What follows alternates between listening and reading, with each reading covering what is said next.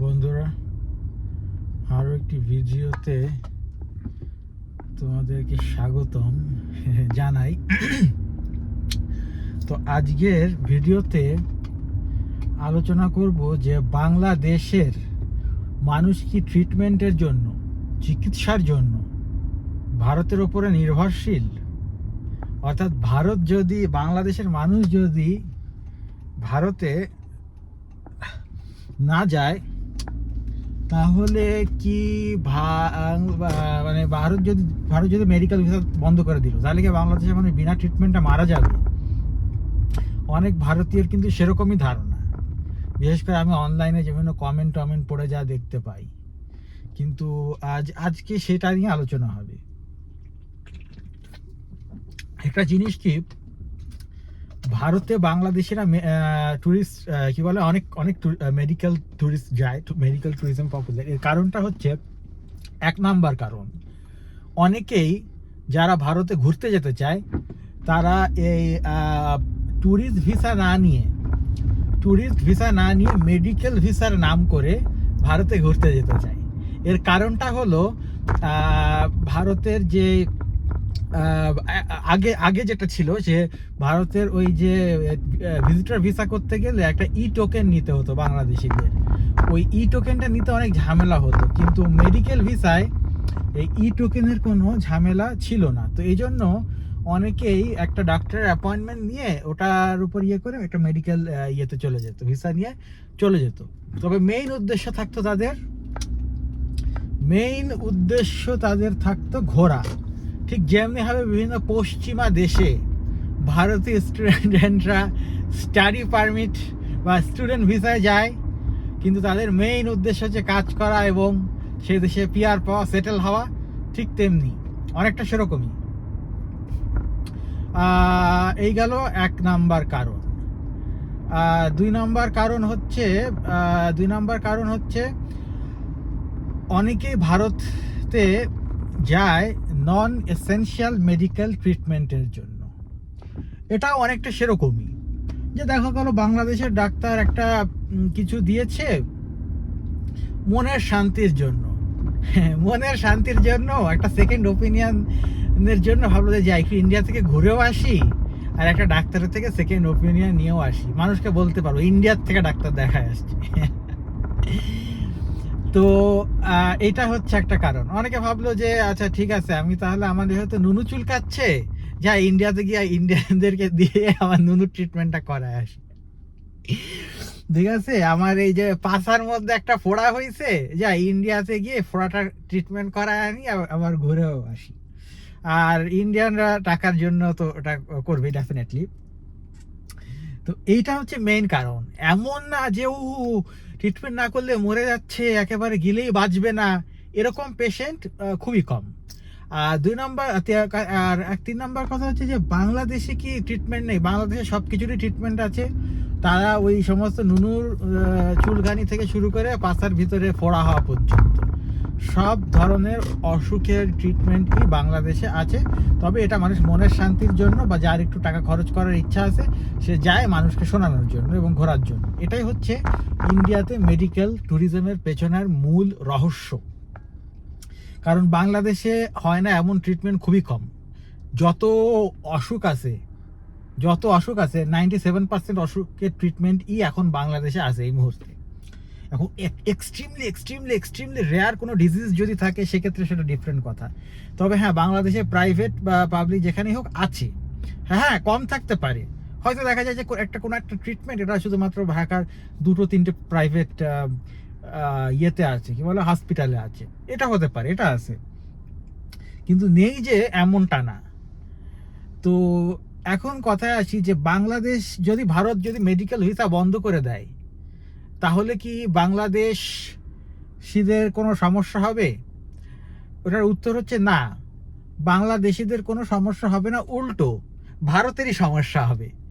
যেমন আমি এখানে তোমাদেরকে স্ক্রিনে কিছু ভারতীয় পত্রিকার খবর আমি তোমাদেরকে দিয়ে দেবো। তারা বলছে যে বাংলাদেশি মেডিকেল ট্যুরিস্টের সংখ্যা এই পলিটিক্যাল আনরেস্টের কারণে অলরেডি 50% ড্রপ করেছে, এবং এই 50% ড্রপ করার ফলে ওদের রেভিনিউতে বেশ বেশ টানা পোড়ন চলছে আর কি।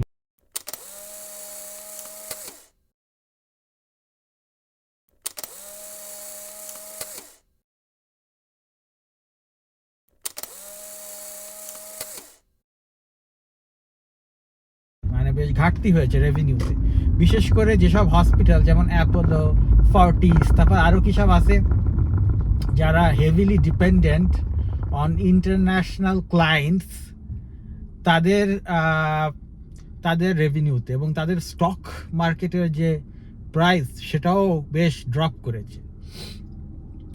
তো এখন ব্যাপার হচ্ছে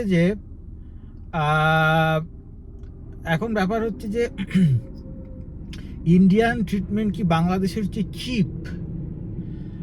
এটার কথা হচ্ছে যে না, ইন্ডিয়ান ট্রিটমেন্ট বাংলাদেশিদের জন্য বাংলাদেশ থেকে চিপ না, অলমোস্ট একই। বাংলাদেশে প্রাইভেট হসপিটালে ট্রিটমেন্টের যে খরচ, ইন্ডিয়াতে বাংলাদেশিদের জন্য ট্রিটমেন্টেরও অলমোস্ট একই খরচ, হালকা এদিক সেদিক negligible, but that's negligible, but almost একই পড়ে যায় খরচ।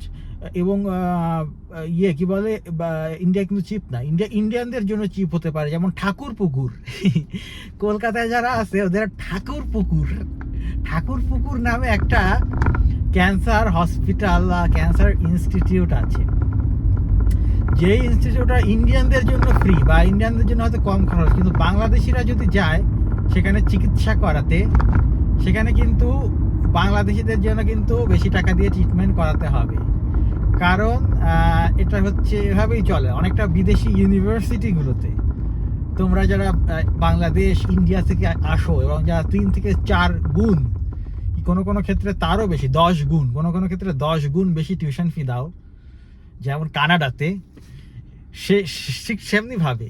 ঠিক তেমনিভাবে ভারতীয়দের জন্য কম টাকা রাখা হলেও বাংলাদেশিদের জন্য বেশি টাকা রাখা হয়।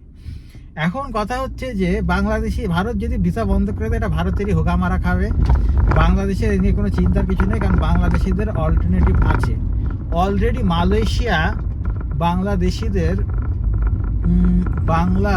ট্রিটমেন্ট দেওয়ার জন্য আগ্রহী, এবং তারা অলরেডি মেডিকেল যে ট্যুরিজম সেটা শুরু করেছে, এবং তারা এটা নিয়ে আরও কাজ করতে আগ্রহী।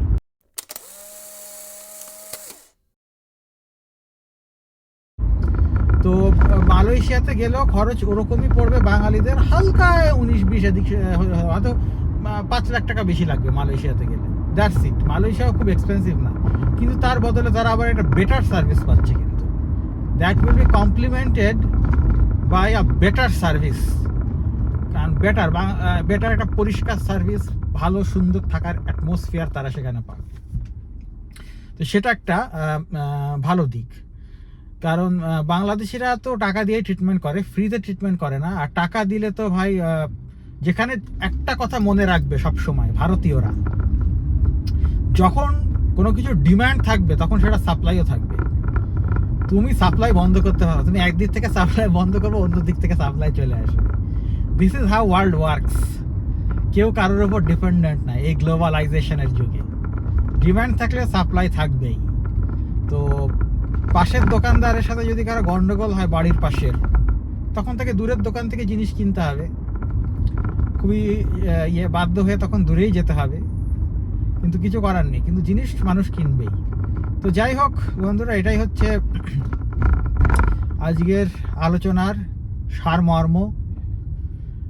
এবং বর্তমানে গুজব দেখা গেল যে বাংলাদেশের সমন্বয়কদের নাকি ভিজিটর ভিসা, তাদের কিছু সমন্বয়ক ইনক্লুডিং ভিপি নূর, তাদের নাকি ব্ল্যাকলিস্ট করা হয়েছে ভারতের। তবে যদিও ভারত অফিসিয়ালি সেটা নিষেধ করেছে, এখন অফিসিয়ালি এটা নিষেধ করবে, কারণ ব্ল্যাকলিস্ট হলে কোনো দেশ এটা পাবলিকলি আর কি করে না, ডিক্লেয়ার করে না। এটা ভিসা অফিসার দেখবে যে ব্ল্যাকলিস্ট, তখন সে এক্সট্রা কশন নেবে। যাই হোক, তো সেটা অন্য ব্যাপার। তো আজ এ পর্যন্তই বন্ধুরা, কথা হবে আরেকটি ভিডিও নিয়ে খুবই শীঘ্রই। Bye bye.